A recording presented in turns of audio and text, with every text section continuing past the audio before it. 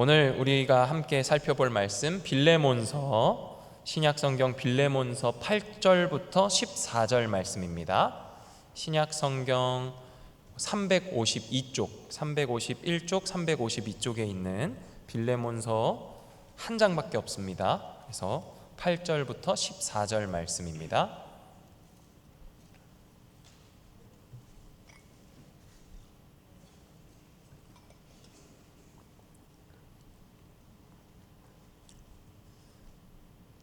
빌레몬서 8절부터 14절 말씀을 제가 봉독하겠습니다. 이러므로 내가 그리스도 안에서 아주 담대하게 내게 마땅한 일로 명할 수도 있으나 도리어 사랑으로서 간구하노라. 나이가 많은 나 바울은 지금 또 예수 그리스도를 위하여 갇힌 자 되어 갇힌 중에서 낳은 아들 오네시모를 위하여 내게 간구하노라. 그가 전에는 내게 무익하였으나 이제는 나와 너에게 유익함으로 내게 그를 돌려 보내노니 그는 내 신복이라. 그를 내게 머물러 있게 하여 내 복음을 위하여 갇힌 중에서 내 대신 나를 섬기게 하고자 하나 다만 내 승낙이 없이는 내가 아무것도 하기를 원하지 아니하노니 이는 너의 선한 일이 억지같이 되지 아니하고 자의로 되게 하려 함이라. 아멘.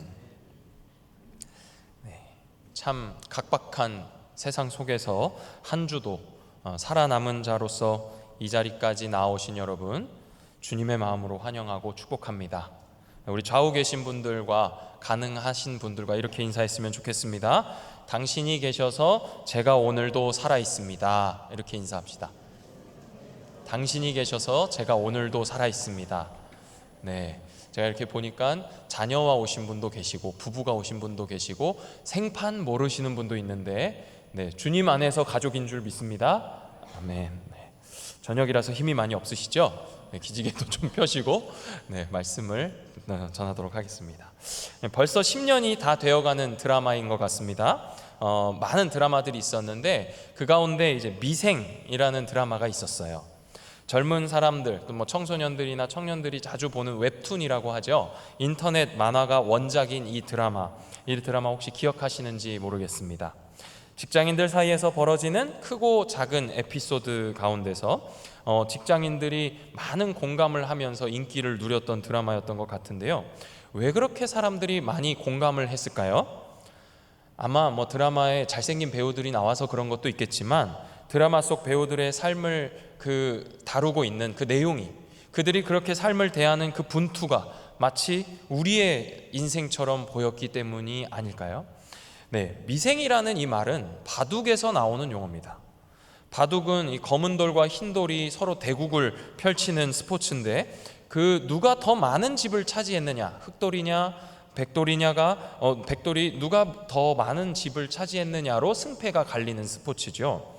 그때 이 미생이라는 말은 아직 이 대국이 진행되는 중에 아직 집이 살아있지 않은 상태, 완전히 살아있지 않은 상태를 미생이다라고 부른다고 해요. 그리고 이와 반대로 완생이라는 말이 있는데요. 이 완생은 집이나 돌이 완전히 살아있는 상태를 말한다고 합니다. 그런데 물론 이제 대국이 다 마치기 전까지는 미생도 갑자기 완생이 되기도 하고 완생인 줄 알았던 집이 미생이 되기도 하기 때문에 이 대국을 하는 바둑 기사들에게는 끝날 때까지 무엇이 미생인지 완생인지를 모른다고 해요.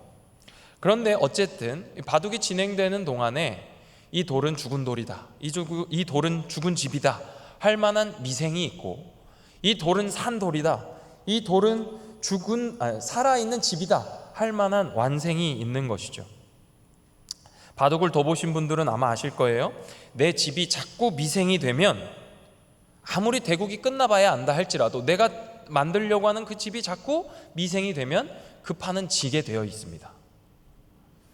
이 작은 정사각형 네모 안에서 벌어지는 이 치열한 수싸움, 어떻게든 살아나기 위해 그 기진한 싸움 속에서 그 생명의 불씨가 사그라들 것처럼 흔들거리는 그 모습이 바둑판 위의 미생의 모습이에요. 저와 여러분들의 삶은 어떻습니까? 저와 여러분들의 삶은 미생입니까? 완생입니까? 아니면 요즘 젊은이들이 말하는 그 위대한 셀럽들의 인생, 갓생을 살고 계십니까? 미국의 기독교 영성가이자 상담가인 한 목사님이 이런 말을 했습니다. 자막을 띄워주시겠습니까? 네, 존 엘드리지라고 하는 목사님이신데 이런 이야기를 했어요. 제가 읽어드릴게요. 삶이 다시 좋아지기를 바라는 갈망은 인간의 마음속 가장 깊은 갈망 중 하나다. 진정한 집을 잃어버린 뒤로 그 갈망은 인간의 영혼 깊은 곳에서 잠자고 있다. 인간의 마음은 에덴 동산을 기억하고 있기 때문이다. 삶이 다시 좋아지기를 바라는 갈망은 인간의 마음속에 가장 깊은 갈망 가운데 하나다라고 얘기해요. 영원한 안식처, 우리의 본향인 그 에덴이라는 그 집, 하나님께서 세상 모든 만물을 창조하시고 사람을 위하여 만들어주신 그 집을 떠난 뒤에 첫사람 아담부터 오늘 우리까지 모든 인류의 삶은 끊임없이 집을 짓는 삶이 되었습니다. 나만 아는 비밀번호를 누르고 스마트폰이라고 하는 작은 문을 열고 들어가면 그곳에는 우리만의 왕국이 펼쳐지죠. 내가 좋아하는 것들이 잘 정리되어 있습니다. 내가 좋아하는 뉴스를 볼 수도 있고 드라마도 몰아서 볼 수 있습니다. 오래전에 개봉했던 영화도 찾아볼 수 있어요. 전 세계 각지의 소식을 우리는 시시각각으로 이 작은 스마트폰이라는 세상의 문을 열고 들어가면 다 만나볼 수 있습니다. 겨우 손바닥만한 아주 작은 문이지만 그 문 안에는 거대한 세계가 자리 잡고 있어요. 그리고 그 세계는 적어도 나의 문을 통해 들어간 드넓은 세상, 나만의 세상이나 다름이 없습니다. 그렇게 우리는 우리 각자의 세상, 왕국을 만들어가고 있어요. 그리고 꿈을 키워갑니다. 마침내 현실도 그렇게 되기를 바라는 꿈을 키워가지요. 바둑판처럼 집을 짓는 인생이다 보니까 우리는 완생을 꿈꾸고 갓생을 바라면서 미생 같은 우리의 현실에 좌절합니다. 삶이 조금 나아지기를 바라면서 고군분투해보지만 막상 마주하게 되는 일상, 반복되는 하루하루, 아침이 돼서 눈을 뜨고 맞이하는 일과 앞에 서면 어제의 노력, 나의 싸움, 그것들은 다 어디로 갔는지 흔적도 찾아보기 힘들 정도의 부담감이 나를 짓누르는 것이 우리가 마주하는 아침의 모습이잖아요. 가끔 인터넷이나 매체를 통해서 만나는 어떤 자유로운 사람들을 보다 보면요, 저 역시 한편으로는 부러운 생각이 들기도 합니다. 하루 벌어서 하루 먹고 사는 삶도 꽤나 의미 있는 삶이겠다 스스로 위로도 해봅니다. 그런데 젊어서 고생은 사서도 한다는 말을 실제로 살아내고 있는 외국의 어떤 청년들을 보면서 나도 저렇게 살고 싶다, 저런 인생도 정말 멋져 보여 라고 생각만 할 뿐 그럴 용기는 나지 않는 경우가 허다하죠. 다시 나의 현실의 벽, 젊은이들에게는 학업, 취업, 결혼, 중년에게는 부양, 생계, 취미, 교제, 나를 가꾸는 일 등으로 구성된 이 나의 삶을 유지하기 위해서는 내가 하루 벌어 하루 살아서 될 일이 아니라는 부담이 나를 짓누르는 거예요. 소는 누가 키우냐는 거죠. 나는 누구인가? 나는 어디서 왔는가? 사회 정의는 무엇인가? 무고한 이들의 죽음 앞에서 도대체 애도는 어떤 것인가? 왜 세상은 이렇게 고통 가운데 자유롭지 못할까? 이런 질문들은 사실 먹고 살기도 힘든데 무슨 소리냐? 나의 안과 밖에서 들려오는 소리 앞에서 아무 힘도 낼 수 없는 것이 우리의 사실이고 현실이에요. 맞습니다, 여러분. 정말 그래요. 아무리 경건한 신자라 할지라도, 제 아무리 훌륭한 목사님이라 할지라도 육체를 입고 사는 동안에 우리는 반드시 지고 갈 수밖에 없는 한계가 있습니다. 그 한계를 인정하는 태도, 몸에 필요한 모든 쓸 것에 대한 한계를 인정하는 그 태도야말로 사실은 진정한 겸손이죠. 아무리 경건하다 하더라도, 아무리 훌륭한 신자라 할지라도 먹고 사는 일을 뒤로 내팽개친 채 살아갈 수 없다는 거예요. 오늘 저와 여러분이 살펴볼 이 빌레몬서, 이 빌레몬서에는 마치 오늘 우리가 살아가는 것처럼 우리와 같은 이 보통의 사람, 평범한 인생, 아니 어쩌면 우리보다 더 극한의 생활에서 더 나은 삶, 조금 내 삶이 나아지기를 바라는 그 꿈을 꾸며 한 걸음 한 걸음 나아갔던 한 인간, 그 유약하기 짝이 없는 한 인간이 등장합니다. 그의 이름은 바로 오네시모예요. 오네시모. 이 신약 성경에는 개인에게 보내는 바울의 편지가 몇 가지 있죠. 이 빌레몬서 역시 바울이 쓴 편지 가운데 교회가 아니라 특정한 한 인물을 생각하면서 쓴 편지입니다. 그런데 이 빌레몬서는 비록 빌레몬에게 편지하긴 했지만 바울이 쓰고 있는 이 기록을 보면 이 바울의 꿈은 빌레몬 한 사람을 향해 있지 않다는 것을 알 수 있어요. 바울은 빌레몬의 가족 구성원 한 사람 한 사람을 호명합니다. 그 가족의 이름이 뭡니까? 아키뽀와 아비아라고 하는 아내와 아들의 이름을 호명해요. 그리고 그 가족을 통해서 그 집안에 모이고 있던 교회가 변화되고 또 그가 살고 있던 골로새 지역이 변화되고 그렇게 그의 사랑과 선행의 영향력이 확산되기를 꿈꾸면서 빌레몬에게 편지를 하고 있어요. 그렇기 때문에 이 편지는 빌레몬 한 사람만을 위한 편지가 아니고 오늘 우리에게도 바울의 꿈이 담겨있는 편지가 되는 거예요. 바울은 언제나 편지를 시작하면서 은혜와 평강의 인사를 합니다. 빌레몬서에는 여기에 더해서 빌레몬의 믿음의 교제가 성도들은 물론이고 자신에게까지 기쁨과 위로를 주고 있다고 말하면서 한 개인의 영향력이 미치는 그 효과를 빌레몬에게 상기시켜주고 있어요. 너 한 사람의 그 성품이 교회뿐 아니라 오늘 로마에 있는 나에게까지 기쁨과 위로가 된다. 너 그런 사람이다. 이렇게 상기시켜주고 있는 거죠. 빌레몬에게 요청하는 그 바울의 부탁이 뭔지 한마디로 요약하자면 용납하라 라는 말이에요.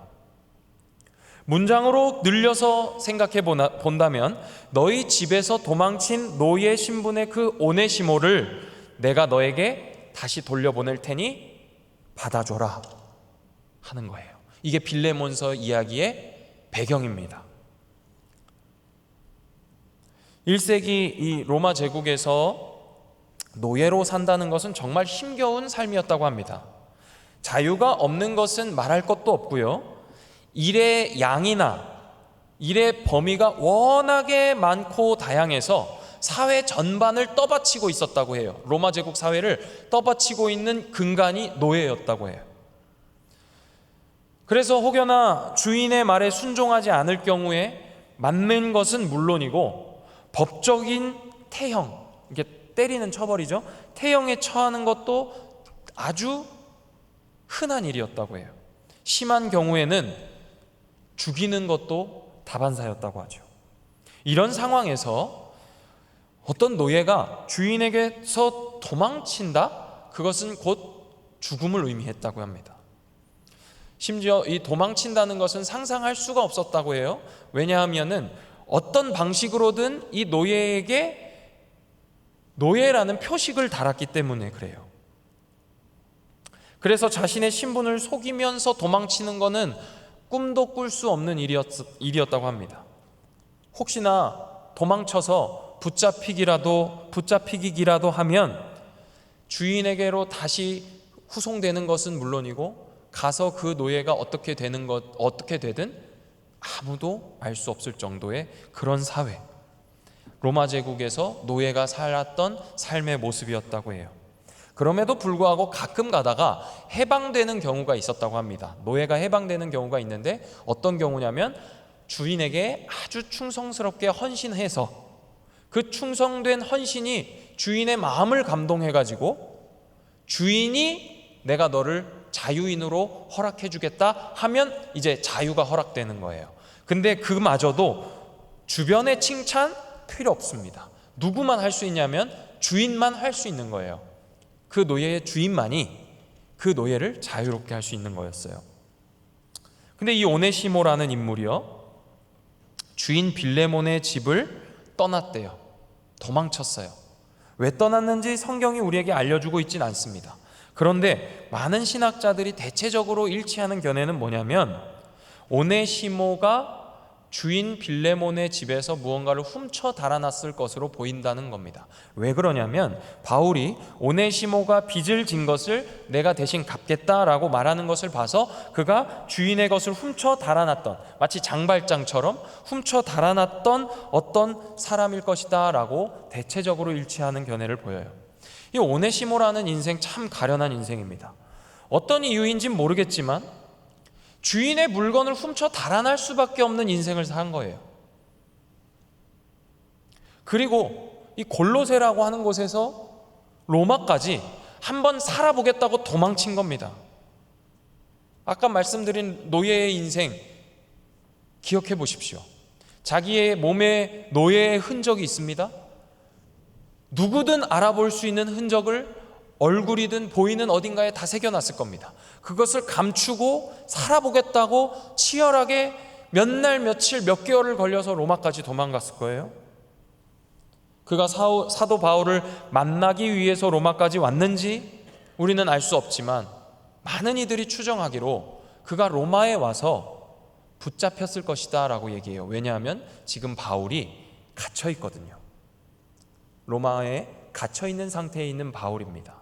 그러니 갇혀 있는 바울에게 오네시모 역시 갇힌 채로 바울 옆에 있던 것이 아니겠냐라고 얘기합니다. 생각해 보십시오.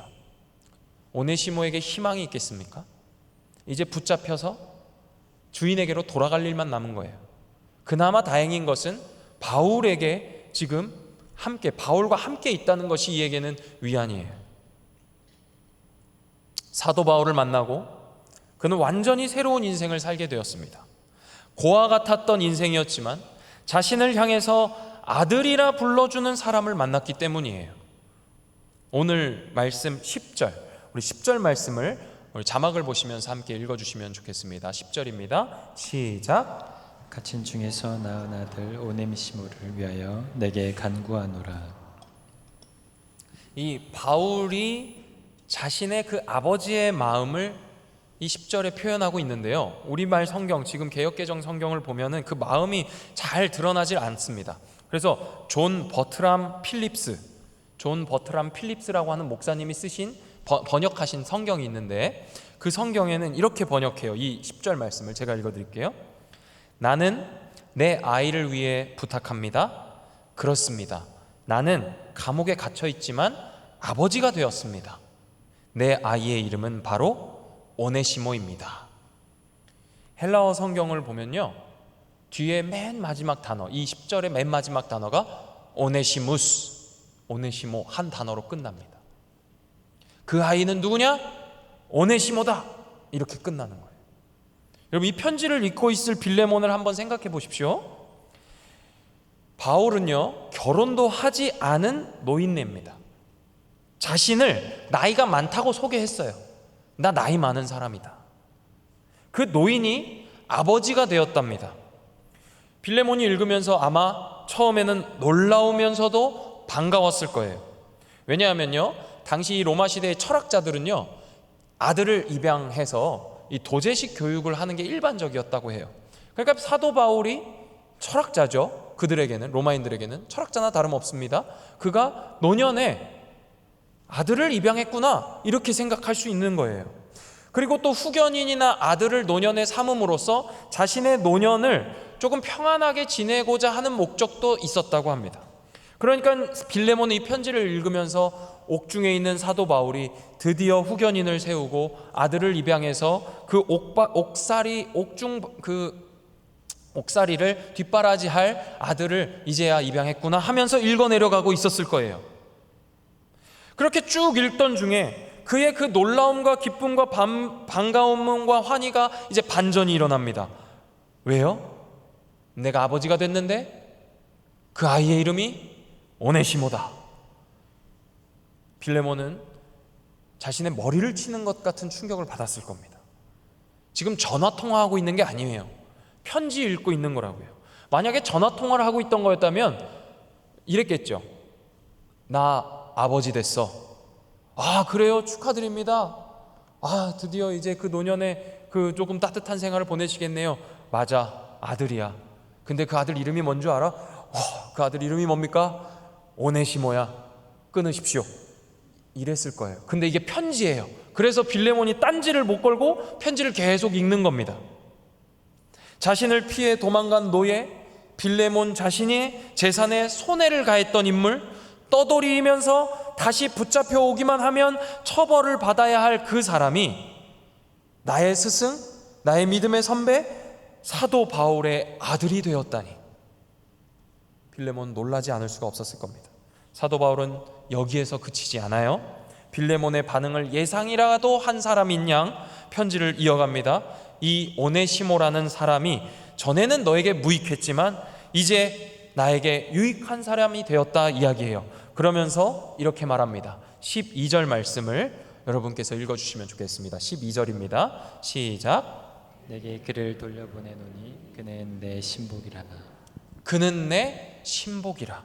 여기 이 신복이라는 말을 들으면 바울이 이제 이 오네시모를 자기의 종으로 삼으려고 하나 보다 이렇게 생각할 수 있어요. 그런데 이 신복이란 말은요, 너무 의역이 된 단어예요. 이 단어는요, 창자나 내장 또는 심장, 이 몸 내부에 있는 장기를 일컫는 말입니다. 당시의 사람들은요, 이 창자나 내장 기관이 마음이라고 하는 긍휼과 자비가 흘러나오는 그 마음이 자리하고 있는 신체 기관이라고 여겨졌다고 해요. 따라서 사도 바울은 지금 오네시모를 아들 이상, 내 창자, 내 장기, 내 마음, 내 속의 일부로 얘기하고 있는 거예요. 나와 동일시 여길 만한 존재다라고 얘기하는 거죠. 이러고 이 단어와 같은 단어가 20절에 한 번 더 나오는데요, 20절 말씀을 저와 함께 자막을 보시면서 읽어보겠습니다. 시작. 오 형제여, 나로 주 안에서 너로 말미암아 기쁨을 얻게 하고 내 마음이 그리스도 안에서 평안하게 하라. 조금 피곤하실 수 있으니까 제가 퀴즈를 내볼게요. 신복이라는 말과 같은 말은 뭘까요? 노란색으로 제가 칠해놨어요. 마음입니다. 마음. 정신을 집중하고 계시네요. 네. 바울이 지금 뭐라고 얘기합니까? 이 신복, 이 마음이 그리스도 안에서 평안하게 하라 이렇게 얘기하고 있어요.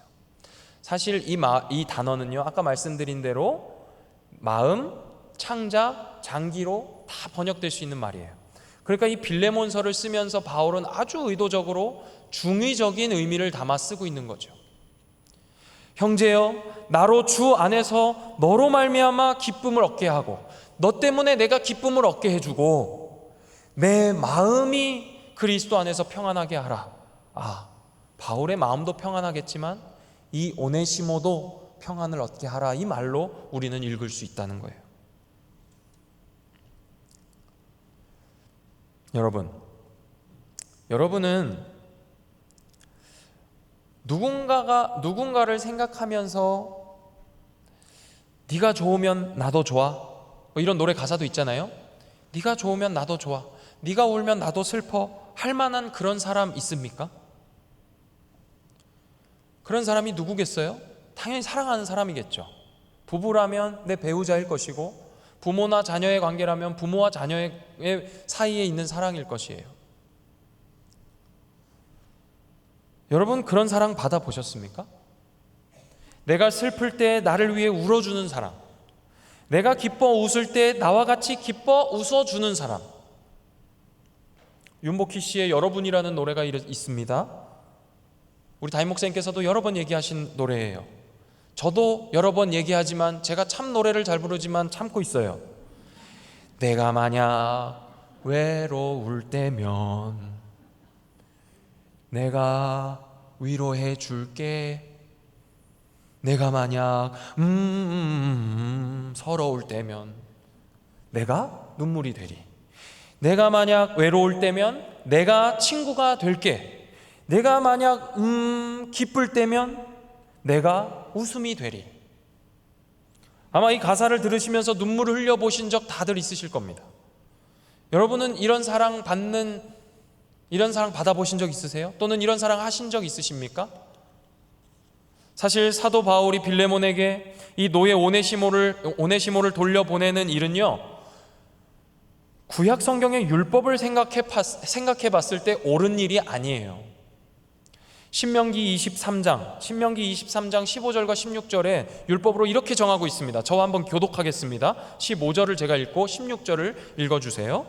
종이 그의 주인을 피하여 내게로 도망하거든 너는 그의 주인에게 돌려주지 말고 그가 내 성읍 중에서 원하는 곳을 택하는 대로 너와 함께 내 가운데 거주하게 하고 그를 압제하지 말지니라. 그럼 오네시모가 딱 지금 이런 경우예요. 그의 주인을 피하여 도망한 사람입니다. 신명기는 엄중하게 이걸 금지하고 있어요.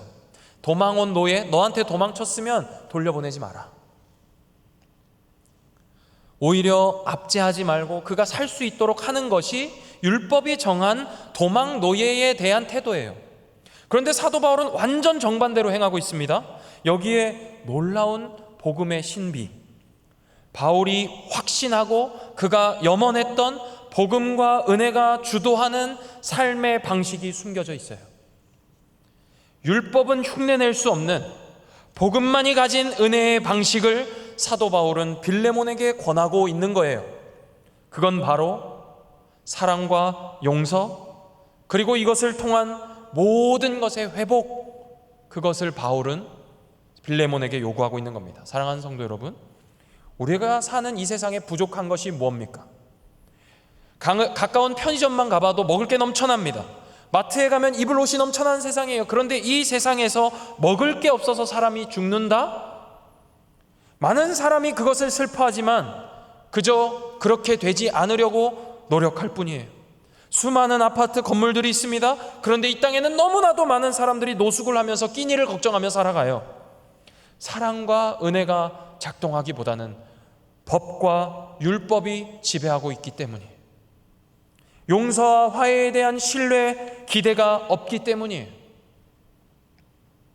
사도 바울은 율법의 기초에서 그를 자신의 곁에 두어 평생을 변화된 신자로 살게 할 수도 있었습니다. 그런데 그는 그것을 뛰어넘는 사랑, 한 사람의 인생을 완전히 뒤바꿔 놓은 그 사랑이 그저 그 한 사람에게 갇혀 있는 걸 원하지 않았어요. 그래서 그는 그 사랑이 그 오네시모를 넘어서서 한 가정을 뒤바꾸고 그가 속한 교회가 바뀌어지고 세상을 흔들어 깨우길 원했던 거예요. 그래서 그는 빌레몬에게 이렇게 말하는 겁니다. 오늘 말씀 14절 제가 읽어드리겠습니다. 다만 내 승낙이 없이는 내가 아무것도 하기를 원하지 아니하노니 이는 너의 선한 일이 억지같이 되지 아니하고 자의로 되게 하려 함이라. 율법을 뛰어넘는 것은 도의적인 책임이 아니에요. 도덕적으로 훌륭한 사람이 율법을 뛰어넘는 삶이 아니라는 거예요. 빌레몬에게 바울은 자신의 사도의 권위로, 스승의 권한으로 내가 오네시모를 이제 내 종으로 삼겠다 할 수 있었을지 몰라요. 그러면 빌레몬은 마음으로는 싫어도 스승이기 때문에 도덕적으로 예의 범절상 네 그렇게 하십시오 할 수 있었을 거예요. 그런데 사도 바울은 율법을 뛰어넘는 것이 도덕이 아니라 사랑이라는 것을 억지로가 아니라 자의로, 도의적 책임이 아니라 자발적 사랑으로 이 일에 너도 참여자가 되라 얘기하고 있는 거예요. 저는 빌레몬서를 읽을 때마다 이 사도 바울을 통해 예수 그리스도의 마음을 생각하게 됩니다. 오네시모라는 인물의 앞에 놓인 그 처분은 오직 심판, 형벌밖에 없었어요. 그가 그 상태로 주인에게로 돌아가면 죽음밖에는 없었어요. 마치 우리가 민낯으로 아버지 하나님 앞에 서게 되었을 때 우리의 모습이에요. 심판과 형벌을 피할 수 없는 형벌을 피할 수 있는 유일한 길, 나를 위해서 아버지 앞으로 내가 나아갈 수 있도록 나를 위해 변호해 주실 유일한 분, 예수 그리스도의 추천이 없으면 우리는 영원한 죽음에 던져져야 했을지도 몰라요. 그런데 그리스도께서는 우리를 위해서 아버지 하나님께 어떻게 말씀하십니까? 요한복음에서 예수님은 놀라운 기도를 하십니다. 요한복음 17장 21절과 22절을 제가 읽어드릴게요. 아버지여, 아버지께서 내 안에 내가 아버지 안에 있는 것 같이 그들도 다 하나가 되어 우리 안에 있게 하사 세상으로 아버지께서 나를 보내신 것을 믿게 하옵소서. 내게 주신 영광을 내가 그들에게 주었사오니 이는 우리가 하나 된 것 같이 그들도 하나가 되게 하려 함이니이다. 예수님의 기도입니다.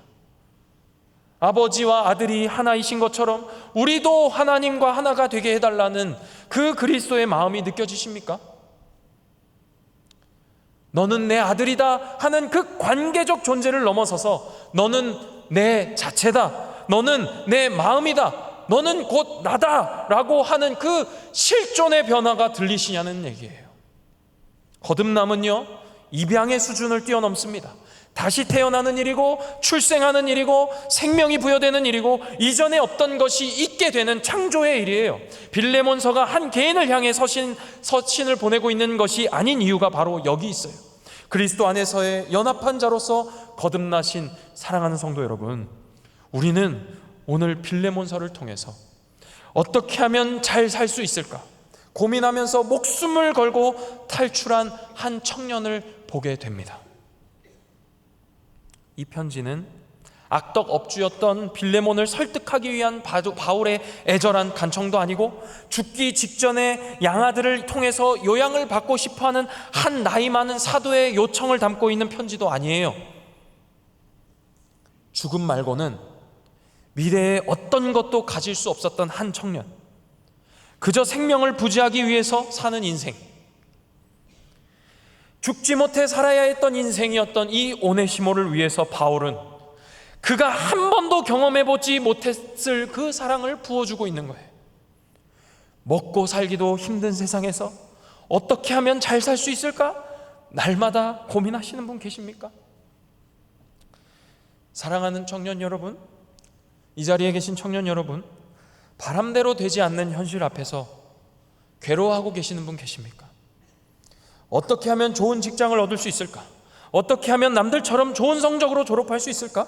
어떻게 하면 좋은 배우자를 얻을 수 있을까? 어떻게 하면 이 지긋지긋한 노동의 굴레에서 벗어날 수 있을까? 어떻게 하면 육아로부터 해방할 수 있을까? 어떻게 하면 매월 쫓기듯 살아야 하는, 아니 살아남아야 하는 이 현실에서 내가 잘 살아남을 수 있을까?